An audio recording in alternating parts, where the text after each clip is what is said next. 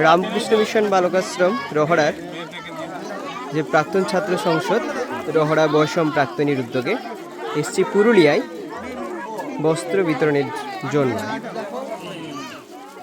শিবগানে যে জীব সেবা যে কর্মসূচি, সেই কর্মসূচির জন্য সামান্য কিছু পুজোর নতুন পোশাক নিয়ে আমরা এই গ্রামে এসেছি।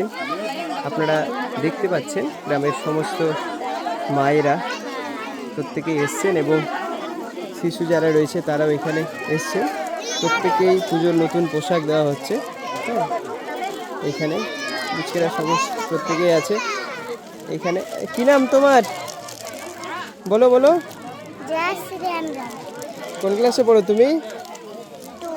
2তে। আর কি পেয়েছো তুমি? নতুন কি পেয়েছো? এটা নতুন জামা।